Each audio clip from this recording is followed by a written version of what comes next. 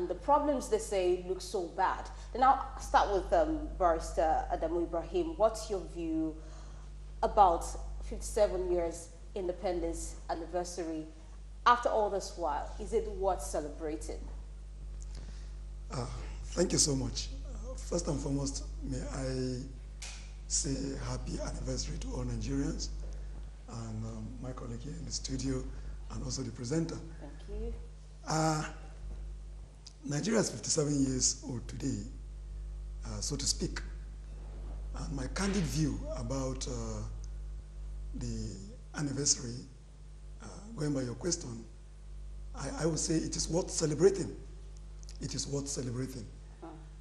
We know we have passed through a lot of issues, problems since the amalgamation of this country, or may I say since the country Nigeria came into being. But notwithstanding, when you look at countries who you call, or who you may call in the West, that pride themselves as one of the best in the world today, started this way.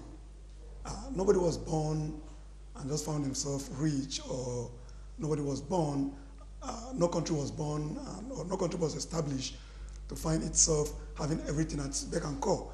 You know, you have to follow through horrors, celebrations before you get to where you're going. I believe that Nigeria is a journey, and we are on that journey, and we are yet to get to the destination. I believe that things will get better with time, but as at now, it is my firm view that it is worth celebrating. All right, Barrister Ojo, 57 years after, have we fared well? Well, for you to know my mind on this issue, let me wish all of us and the entire nation happy 57th anniversary. Right. Having said that, you know, for me, it's not really about how much you have attained or achieved. The fact that you are still an entity, a dead man can no longer celebrate a birthday. A dead rich man, no matter how rich he was before he died, his birthday dies with him. He can no longer celebrate it. So in that wise, the fact that Nigeria is still together and there's still an entity called Nigeria, despite all that we have gone through as a people, there was a prediction some time ago that we won't even go beyond 2015. Have you forgotten? I remember. The prediction, it was not just an internal prediction, even by people from outside. Who's supposed to know more than God. They said Nigeria was going to elapse in the year 2015. Then ask me, why must we not celebrate? The question that perhaps those who are saying we shouldn't celebrate, they are looking at the fact that we are still a toddler at 57. That's the truth. Nigeria is still a toddler at 57. But the fact that even for a mother, if your child hasn't grown the way it should, yes, it calls for concern. We are all concerned. Even the president is concerned. He has said so, that we shouldn't be where we are.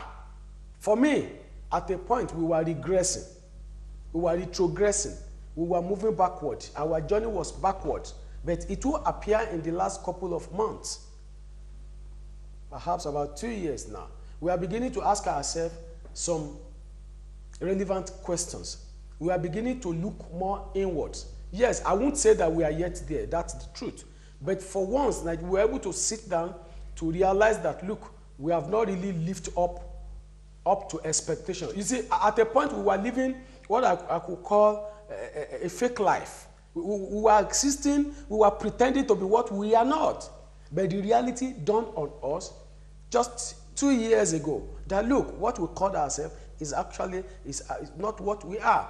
Even those outside Nigeria who are calling us the big brother of other African countries. We are no big brother to anybody, because you need to get to some of these African countries, then you will know that, look, a good number of them they have gone beyond Nigeria. And then because they know that we have some resources that can rub on them positively, they are still telling us, oh, we are the giants of Africa. But in all fairness, we are not giants of Africa. In all fairness, at a point, Ghana had to look inwards. Ghana is still existing today. At a point, they asked themselves questions. How did we get to where we are? It's high time that we sit down and look at issues. But then, for me, it is worth the while that we are celebrating 57th anniversary of our coexistence. All right, still on Nigeria at 57, I just said some people opined, gave various reasons why it is not worth celebrating. Now the question now is, your advice to Nigerians. They have this belief that the solution to all developmental problems lies in the hands of the federal government. Everything, all the attention seems to rest in the center. And nobody's even looking close to them, looking at their council level, the local government officials rather, their councillors. Nobody's even asking the state government questions, but all their answers, they want to come from the center. What's your take on this? My take on this is very simple. Nigeria as an entity has states. We have 36 states that makes up Nigeria plus the FCT. And we have 774 local governments that makes up this entity called Nigeria. The truth is that a lot of people, and a substantial number, I would say, focus more on the center, which is the federal government. But the truth is that the solution to Nigerians' problems can never completely come from the center. Just the way some people have also said that whatever is happening in this country today, the blame should be on the president. I don't believe so. I don't belong to that kind of class. I believe that if you want things to change for good, you must look inward. And what is inward? You start from the grassroots. Everybody in this country must belong to a local government or an area council, so to speak. And in those local governments that makes up this country, we have wards, we have communities.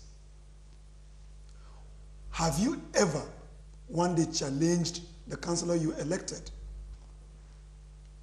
Ask him, what are your contributions to the development of this country? Substantial number of Nigerians will never do that. You take a look at the local government chairman, which you also participated in electing them. Have you ever asked one day, what are you doing? You receive allocations from the federal government, no doubt about that. How have you been able to utilize these resources at your disposal? Nobody's asking questions. You go to the states, you have the governors manning the states, manning the affairs of the state. You have the legislators there, the state assemblies. Nobody asks questions. How do you tackle developmental problems in this country without asking questions from the grassroots?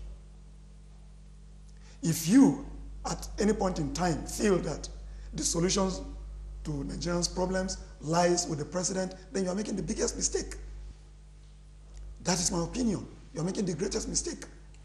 Okay, let's quickly get Barrister Ojo's view on Nigerians looking up to the center for solutions to myriads of challenges besetting the country. Well, for me, you can't ascribe the totality of the problems that is being faced by the country to a particular body. You can't strictly say it's the executive, because it's not the executive alone. The executive provide all the solutions. It's almost, yes, because the legislative, they have not lived up to board. The executive arm, they have not lived up to board. And with due respect, the judiciary has not lived up to board. Then when you now go beyond that, you now look at the layers of governance in the country. Then you find out that no one has really done what it's supposed to do. Then you now come back to all of us as Nigerians. Then you ask yourself that question, and it's straightforward. Somebody asked me not quite long ago outside this country. He's a young man, he's a Nigerian. And he said, oh, our leaders. I said, that's the problem that we have. I said, assuming you are made a leader. I said, the only man that can come out to tell me that, look, he's above board is the man who has an opportunity. You see, you cannot you cannot tell yourself or tell anyone that I'm not an adulterer when you don't have a relationship with other women. You are a man, you can't commit adultery except you have women flocking around you. If you are being in confinement, you can never talk about adultery. The same thing for a man who never had an opportunity. Getting into an office is not pointing accusing fingers at every other person. When you get there, you are likely going to be the worst. That's the issue. So, man, this orientation of an average Nigerian ought to change. We need to be, you see, that slogan, the change starts with me. I think basically we need to take it more